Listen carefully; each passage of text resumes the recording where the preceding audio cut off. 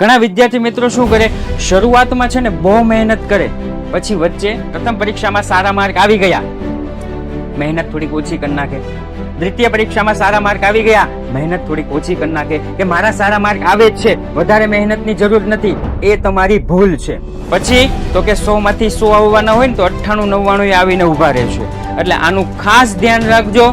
આ કન્ટિન્યુટી તમારે બ્રેક થવા દેવાની નથી. જો તમે નજર હટી તો દુર્ઘટના ઘટી. એકાઉન્ટ માટે હું કહું છું ઓછામાં ઓછી 1 કલાક, રોજની 1 કલાક આપો. તમારે માત્ર અને માત્ર ચોપડીને જ મહત્વ આપવાનું છે. પ્રેક્ટિસ દરરોજ 1 કલાક શિક્ષકે જે પણ ભણાવ્યું છે ને એની ફરી વખત કરો. આ સુવર્ણ અવસરને તકને ઝડપી લેજો કે સાહેબ મારે બોર્ડની પરીક્ષામાં, માર્ચ બોર્ડની પરીક્ષામાં મારે 100 માંથી 100 માર્ક લાવવા છે. મારી ગેરંટી છે, મારી ગેરંટી છે. એકાઉન્ટમાં શરૂઆતથી હું કહું એ પ્રમાણે જો મહેનત કરો તો 100% 100 માંથી 100 માર્ક લાવતા તમને કોઈ નહીં રોકી શકે. નમસ્કાર વિદ્યાર્થી મિત્રો, વિદ્યાકુળમાં આપ સૌનું હાર્દિક સ્વાગત છે. મારી પાછળ તમને દેખાતું હશે એકાઉન્ટમાં શરૂઆતથી મહેનત કરો અને મેળવો 100 માંથી 100 માર્ક. યસ, મારી ગેરંટી છે, મારી ગેરંટી છે. એકાઉન્ટમાં શરૂઆતથી હું કહું એ પ્રમાણે જો મહેનત કરો તો 100% 100 માંથી 100 માર્ક લાવતા તમને કોઈ નહીં રોકી શકે. તો વિડીયો અંત સુધી જોજો, ખૂબ મહેનત કરજો. વર્ષની શરૂઆતમાંથી જ તમને બધાને ઓલ ધ બેસ્ટ. તો શરૂઆત કરીએ તો સૌપ્રથમ એકાઉન્ટમાં સર મારે 100 માંથી 100 માર્ક લાવવા છે એવું ઘણા બાળકોનું સપનું હોય છે. રેડી, મારું પણ સપનું હતું, પરંતુ એવી કોઈ પ્રોપર ગાઈડલાઈન મને મળી નહોતી જેવી તમને હાલ મળે છે. એટલા માટે જ આ સુવર્ણ અવસર છે. રેડી, આ સુવર્ણ અવસરને તકને ઝડપી લેજો કે સાહેબ મારે બોર્ડની પરીક્ષામાં, માર્ચ બોર્ડની પરીક્ષામાં મારે 100 માંથી 100 માર્ક લાવવા છે. તો હું શરૂઆતથી જ કઈ રીતના મહેનત કરું કે જેથી મારા વધુ સારા માર્ક આવે. રાઈટ, સૌપ્રથમ તો કે સૌપ્રથમ આપણે શું કરવાનું છે તો કે પૂરો અભ્યાસક્રમ સૌપ્રથમ જાણો. રેડી, ઘણા શું કરે, પહેલો પાર્ટ લે, બીજો પાર્ટ નો લે. પહેલા જાણી લ્યો કે પૂરો અભ્યાસક્રમ છે શું.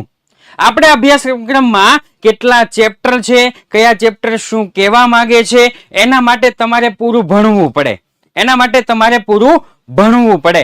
અને આ જે ભણવું પડે એ તમારે કઈ રીતના ભણવાનું છે સાહેબ, તો કે એ તમારે ભણવાનું છે, આપણે એક સરસ મજાની એપ્લિકેશન છે વિદ્યાકુલ.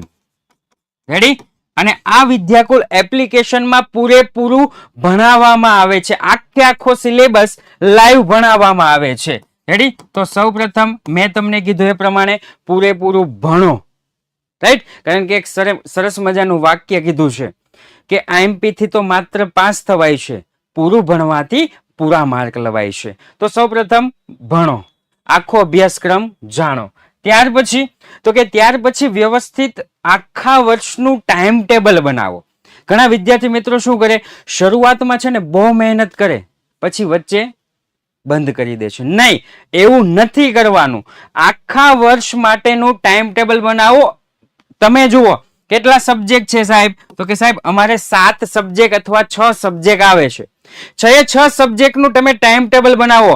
જે સબ્જેક્ટમાં તમારે અપડેટ રહેવાનું હોય એ સબ્જેક્ટને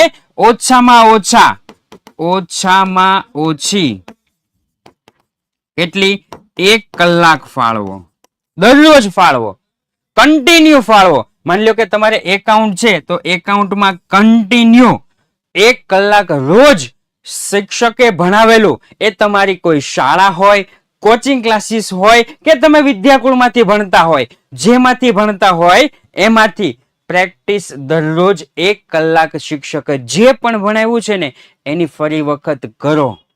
રાઈટ, તો તમે જરૂર 100 માંથી 100 માર્ક મેળવી શકશો. આ કન્ટિન્યુટી તમારે બ્રેક થવા દેવાની નથી. જો તમે નજર હટી તો દુર્ઘટના ઘટી.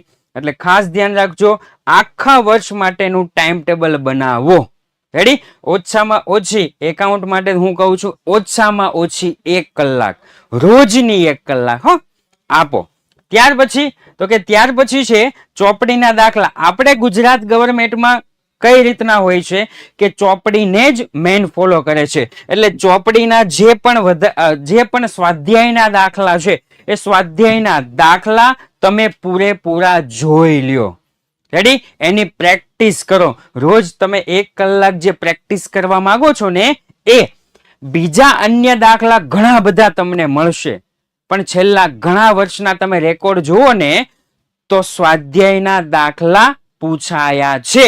અને આ સ્વાધ્યાયના દાખલાની સાથે સાથે સાહેબ તમે ઉદાહરણના દાખલા પણ મહત્વ આપો, કારણ કે ગુજરાત બોર્ડમાં ઉદાહરણના દાખલા પણ પૂછાય છે. રાઈટ? એટલે કે વધારાના દાખલા કરવાની કોઈ જરૂર નથી. એક્સ્ટ્રા દાખલા માટે કોઈ પ્રેક્ટિસ કરવાની જરૂર નથી. તમારે માત્ર અને માત્ર ચોપડીને જ મહત્વ આપવાનું છે. રેડી?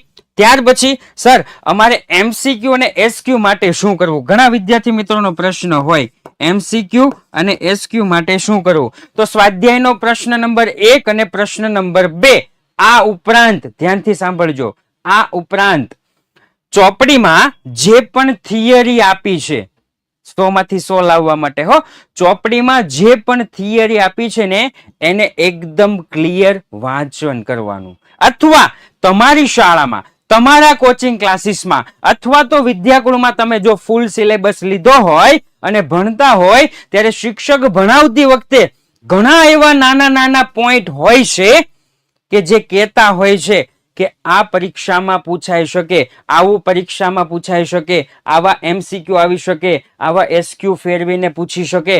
એવા દરેક MCQ SQ નું તમારે એક લખાણ રાખવાનું છે. તમારો જે ચોપડો હોય ને એ ચોપડાના કપાળ ઉપર એટલે કે હાસ્યા ઉપર તમારે લખતું રહેવાનું છે. બહુ શાતિર રહેવું પડે. 100 માંથી 100 લાવવા માટે બહુ શાતિર રહેવું પડે. હા, 99, 98, 97 આવી જાય, પણ 100 માંથી 100 માટે આવી નાની બાબતનો ખાસ ધ્યાન રાખવું પડશે. રાઈટ? અને ત્યાર પછી છે સતત પ્રેક્ટિસ શરૂ રાખવી પડશે. રેડી? માની લો કે ડિસેમ્બર અથવા જાન્યુઆરીમાં તમારો અભ્યાસક્રમ પૂર્ણ થઈ જાય, ત્યાર પછી તમે સાંભળ્યું જશે ઘણા બધા પ્રકાશનો છે એ લોકો પેપર સેટ બહાર પાડતા હોય છે. યુથ એજ્યુકેશન છે એ યુથ એજ્યુકેશન વાળાના પણ પેપર સેટ આવે છે. રેડી? પેપર સેટની પ્રેક્ટિસ શરૂ રાખજો. ક્યારે? જ્યારે પણ અભ્યાસક્રમ પૂર્ણ થઈ જાય ત્યાર પછી બને એટલા વધારે પેપરની પ્રેક્ટિસ કરવી. શક્ય હોય તો 3 પેપર અથવા 4 પેપરનું એકદમ પ્રેક્ટિસ કરી લ્યો અને ત્યાર પછી કોઈ પણ એક પેપર રેન્ડમ ચૂઝ કરો અને એને 3 કલાકમાં લખવાનો પ્રયત્ન કરો. રેડી? તો તમારી સ્પીડ પણ વધશે. રેડી? તો 100 માંથી 100 માર્ક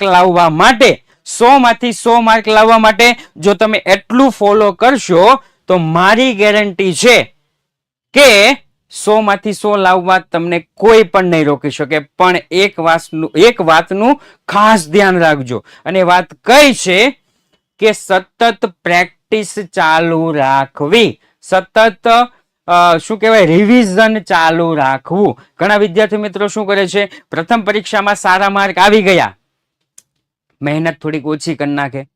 દ્વિતીય પરીક્ષામાં સારા માર્ક આવી ગયા, મહેનત થોડીક ઓછી કરી નાખે કે મારા સારા માર્ક આવે જ છે, વધારે મહેનતની જરૂર નથી. એ તમારી ભૂલ છે, ઘણા બધાની ભૂલ છે. પછી તો કે 100 માંથી 100 આવવાના હોય ને તો 98, 99 આવીને ઉભા રહેશે.